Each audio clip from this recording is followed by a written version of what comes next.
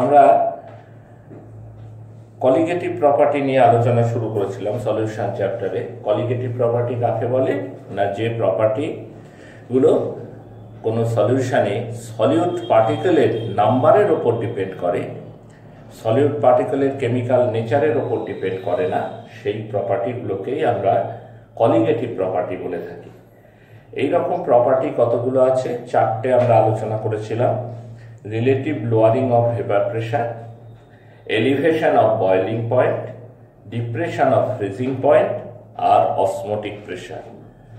বাংলা করলে কি দাঁড়ায়? বাংলা করলে দাঁড়ায় বাষ্পচাপের আপেক্ষিক অবনমন, স্ফুটনাঙ্কের উন্নয়ন, হিমাঙ্কের অবনমন এবং অভিস্রবণ চাপ।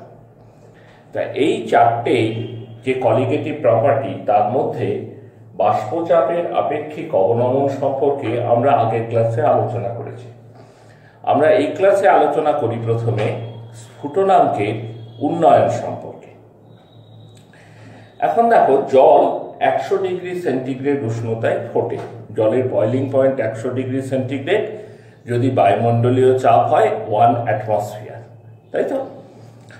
এখন জলের মধ্যে তুমি যদি 1 চামচ চিনি গুলে দাও, তাহলে দেখবে জলে আর 100 ডিগ্রিতে ফুটছে না, বয়লিং পয়েন্ট আর 100 ডিগ্রি নয়, 100 ডিগ্রির চাইতে আরো বেশি টেম্পারেচার লাগছে, ধরা যাক 101 ডিগ্রিতে ফুটছে।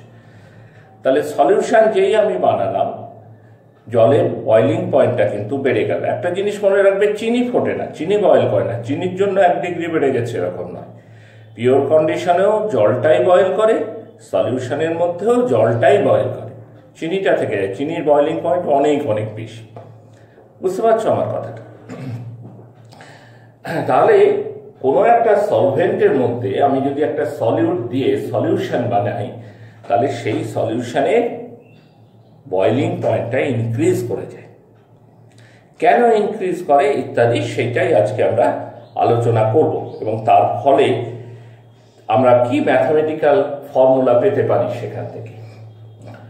দেখো, ভেপারাইজেশন এবং বয়লিং অর্থাৎ বাষ্পায়ন এবং স্ফুটনের মধ্যে একটা পার্থক্য আছে, এটা তোমরা নিচু ক্লাসে পড়েছ।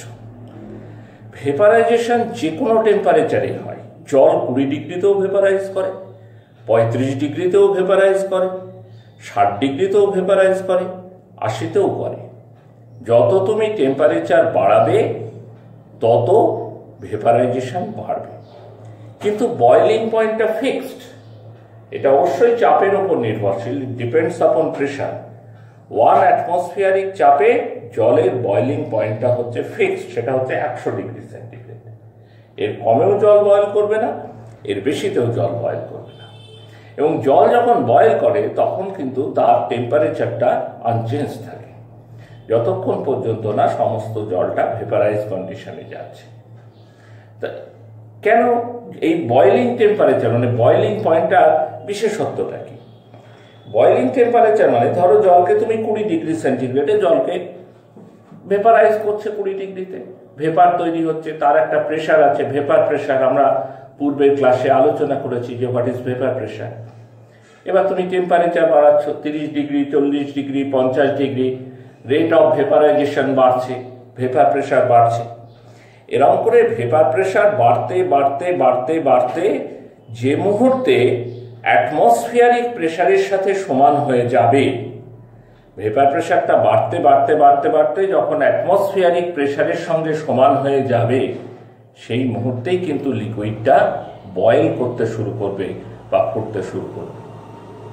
তাহলে কোনো লিকুইডের বয়লিং টেম্পারেচারে, কথাটা সবসময় মাথায় রাখবে, কোনো লিকুইডের বয়লিং টেম্পারেচারে লিকুইডের উপর প্রেশার হয় 1 অ্যাটমসফিয়ারিক প্রেশারের সঙ্গে সমান, বায়ুমণ্ডলীয় চাপের সাথে সমান। একটা লিকুইড কখন বয়েল করে?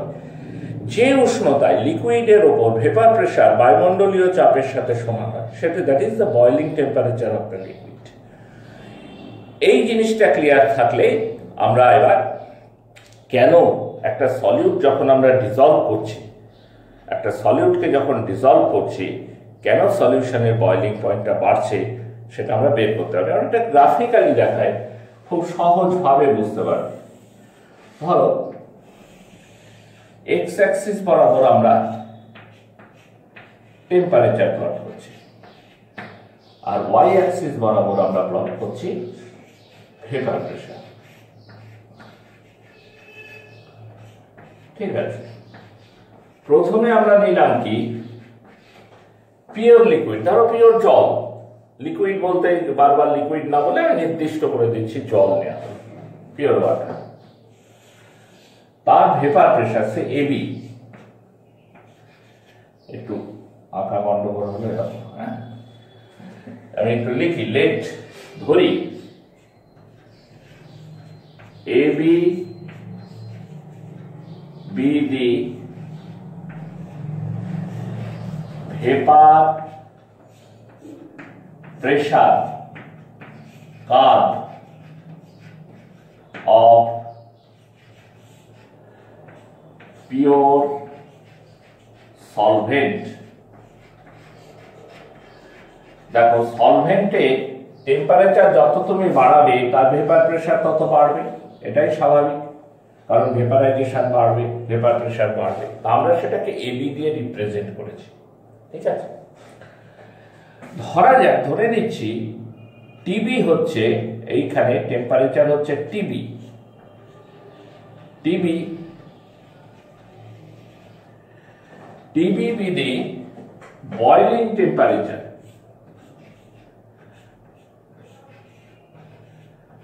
টিবি be the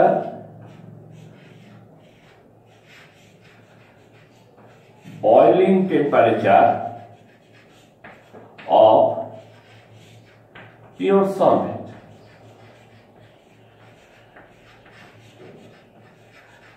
তাহলে আমি এতক্ষণ যত কথা বললাম সেই অনুযায়ী টিবি টেম্পারেচারে সলভেন্টের উপর ভেপার প্রেসার কত হওয়া উচিত?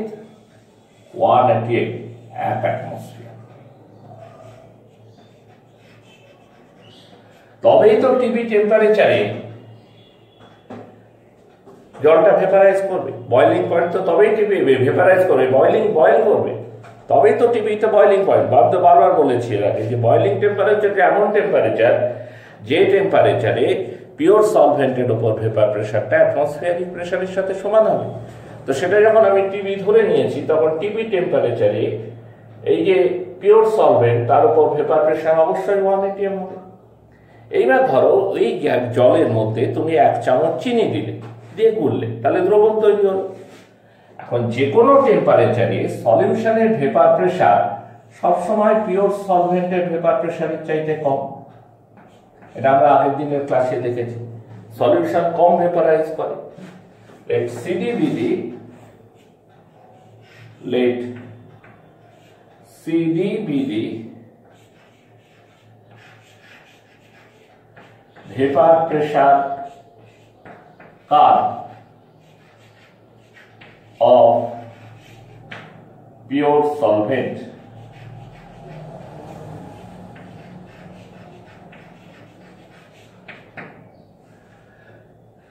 যে কোনো টেম্পারেচারেরই সলিউশনের ভেপার প্রেসার পিওর সলভেন্টের চাইতে কম হবে, এবং টিবি টেম্পারেচারে তো অবশ্যই হবে।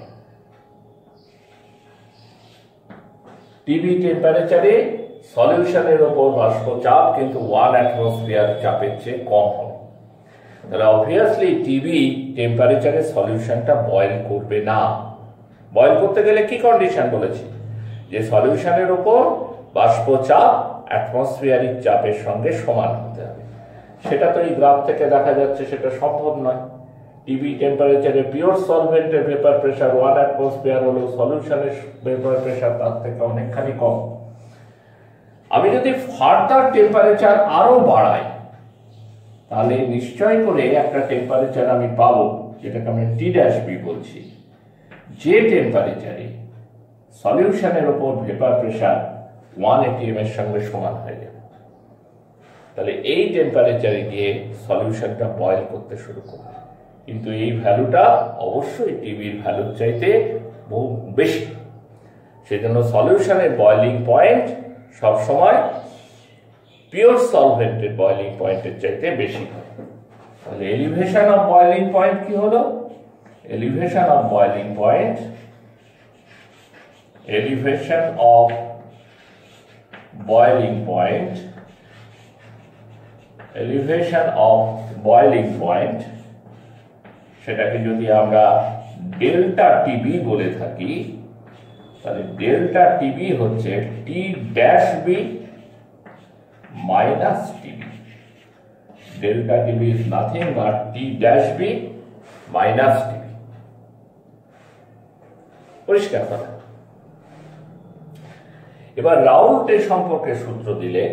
রাউল্ট বললেন কি, যে স্ফুটনাঙ্কের যে উন্নয়ন, এলিভেশন অফ বয়লিং পয়েন্ট, এটা দ্রবণের মোলাল গাঢ়ত্বের সাথে সমানুপাতিক। It is directly proportional to the molar concentration of the solution. Elevation of boiling point is directly proportional to the molar concentration of solution. Elevation of boiling point is delta Tb, and that is directly proportional to the molar concentration of solution, Cm. Cm হচ্ছে molar concentration.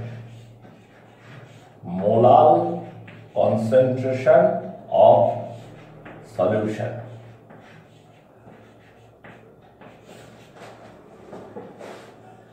ঠিক আছে, তাহলে delta TB সমান কি?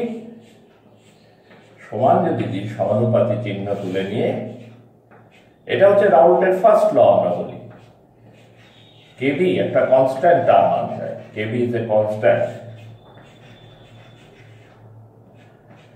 কেবির নাম হচ্ছে স্ফুটনাঙ্ক উন্নয়ন ধ্রুবক, মোলার এলিভেশন কনস্ট্যান্ট। এই মোলার বয়লিং কি বলে, molar elevation of boiling point constant, এরকম একটা নাম আছে দেখবে বইতে আর কি। কেবি হচ্ছে, কেবি মেনলি ডিপেন্ড করে হচ্ছে সলভেন্টের উপর। কেবি ডিপেন্ডস অন দ্য সলভেন্ট। জলের ক্ষেত্রে একরকম কেবি হবে, ক্লোরোফর্ম সলভেন্ট নিতে পারো, সেখানে অন্য রকমের কেবি হবে, বেনজিন সলভেন্ট নিলে অন্য রকমের কেবি হবে। তাহলে রাউল্টের ফার্স্ট লটা কি আমি বলি? রাউল্ট ফার্স্ট ল হচ্ছে যে স্ফুটনাঙ্কের উন্নয়ন দ্রবণের মোলাল গাঢ়ত্বের সঙ্গে সমানুপাতিক। Elevation of boiling point is directly proportional to the molar concentration of solution. স্ফুটনাঙ্কের উন্নয়ন দ্রবণের মোলার গাঢ়ত্বের সাথে সমানুপাতিক। ঠিক আছে, আমি এই অংশটা একটু মুছে দিচ্ছি। এবার অঙ্ক কষি আমরা যে ফর্মুলায়, সেখানে আসছি। ধরি লেট W2 গ্রাম solute dissolved in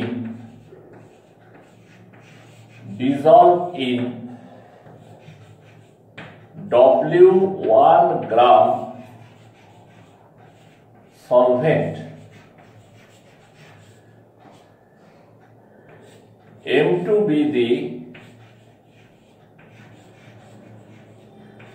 molecular weight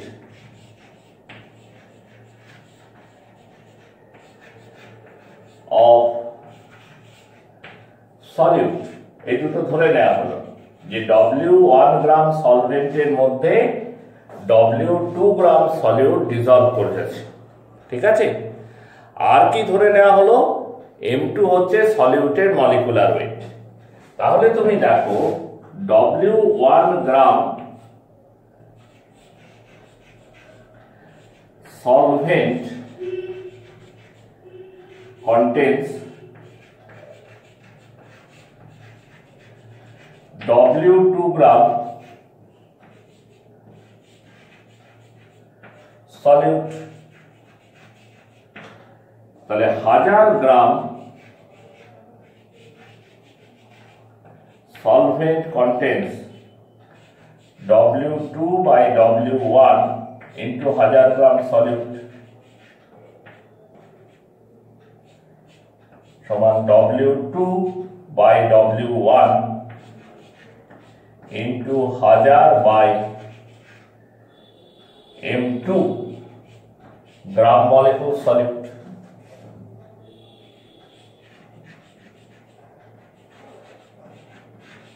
gram molecule solute,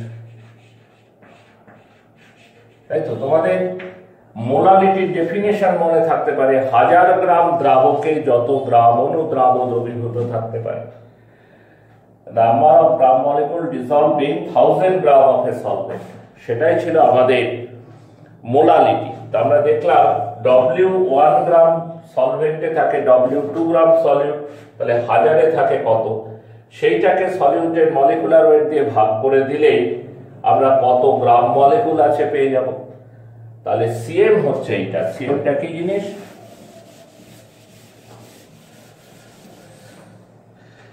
CM হচ্ছে W2 into 1000 by W1 into M2। W2 into 1000 সমান W1 ইন্টু M2। তাহলে ডেল্টা টিবি সমান KB into CM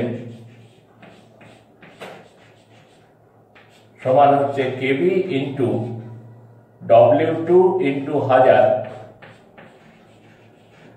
by W1 into M2। এই হচ্ছে আমাদের অঙ্ক কষার ফর্মুলা। ঠিক আছে কিনা? আমরা এই ফর্মুলা ধরে যখন আমরা পরে দেখব অঙ্ক প্র্যাকটিস করব, এই ফর্মুলা ধরে আসবো। এখানে কেবি এর unit, what is the unit of KB? আচ্ছা, কেবি এর ডেফিনেশন কি যদি বলে, হোয়াট ইজ কেবি? কেবি এর সংজ্ঞা লেখো, স্ফুটনাঙ্ক উন্নয়ন ধ্রুবক তো বললে, তো ডেফিনেশনটা কি? What is the definition of KB? হচ্ছে delta TB equal to KB into CM. যখন সিএম ইকুয়াল টু 1 তখন delta TB equal to KB. তার মানে সলিউশনের কনসেন্ট্রেশন যদি 1 মোলার হয়, the concentration of solution is 1 molar, then the elevation of boiling point is called Kb, molar elevation boiling point constant, হ্যাঁ, স্থির স্ফুটনাঙ্কে উন্নয়ন ধ্রুবক। তাহলে কেবি হচ্ছে 1 মোলার গাঢ়ত্বের দ্রবণের ক্ষেত্রে স্ফুটনাঙ্কের যে উন্নয়ন হয়। It is the elevation of boiling point for 1 molar concentrated solution. কেবির ইউনিট কি হবে? What is the unit of KB? KB সমান কি? Unit of KB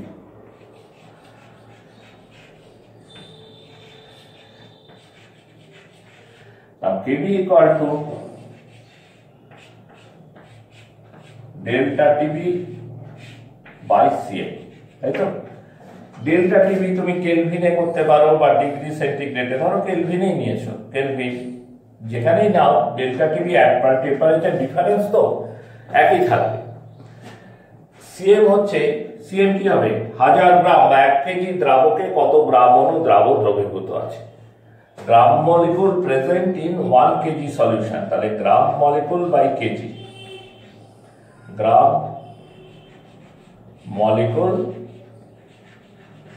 by KG বা গ্রাম মলিকুল বা মোল পার কেজি এরকম। তাহলে সব মিলিয়ে হলো কেলভিন কেজি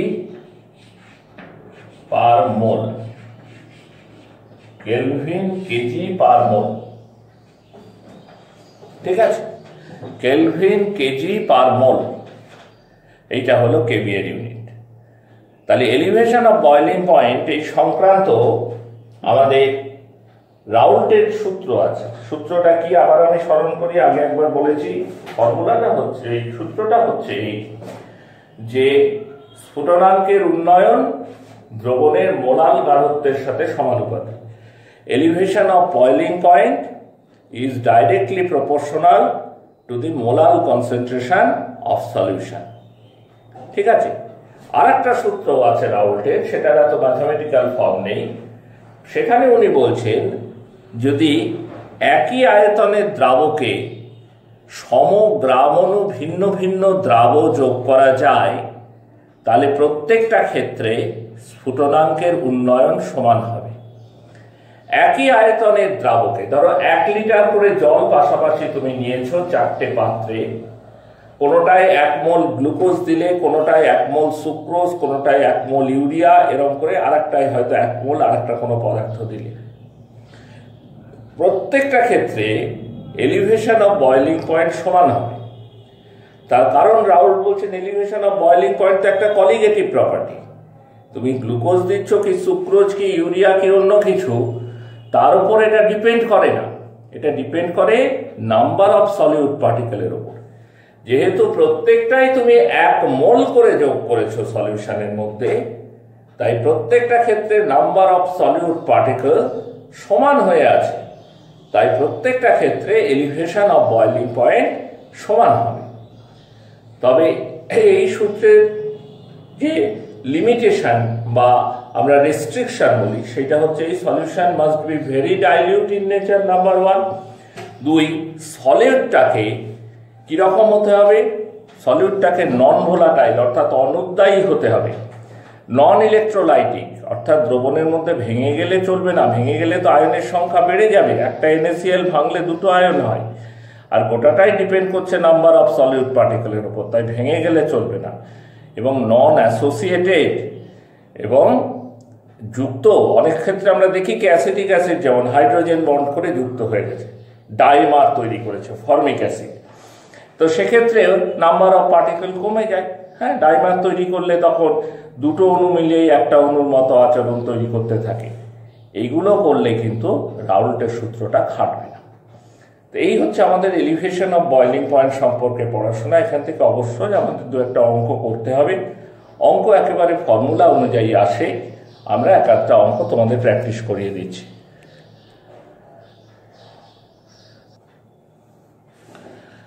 দেখো, আমরা এখানে 2টো অঙ্ক পছন্দ করেছি, একই রকমের অঙ্ক।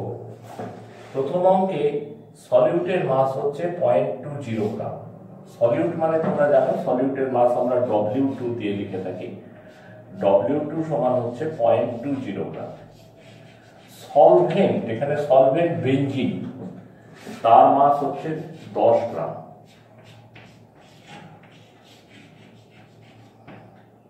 কেবি, বেঞ্জিনের কেবি কত বলে দেওয়া আছে এখানে, 2.53 কেলভিন কেজি পার মোল।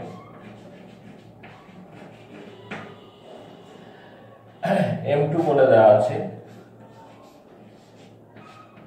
168.67। কি বের করতে দিয়েছে? দেখো, এলিভেশন অফ বয়লিং পয়েন্ট মানে স্ফুটনাঙ্কের উন্নয়ন বের করতে দিয়েছে। তো এই ফর্মুলা বসিয়ে দাও, ডেল্টা টিবি সমান কেবি ইন্টু সিএম সমান KB into W2 into 1000 by W1 into M2। এবার তারপর ডান দিকের রাশিগুলো সব আমরা জানি। ডেল্টা টিবি সমান কেবি সমান এখানে বলে দিয়েছে 2.53 ইন্টু W2 মানে কত 0.20 ইন্টু 1000 বাই W1 মানে 10 ইন্টু M2 মানে 168.67। এই হিসাব করে যেটা বেরোয় সেটা হচ্ছে 0.29 কেলভিন। ঠিক আছে, এরকম একদম ফর্মুলায় বসানো অঙ্কই বেশি থাকে। পরবর্তীতে আমরা যখন আরেকটু পড়া এগোবো তখন দেখবো একটু অন্য ভ্যারাইটির অঙ্ক থাকে। যাই হোক, প্রথমটা মুছে দিচ্ছি, আশা করি তোমরা বুঝতে পেরেছো অঙ্কটা। হ্যাঁ,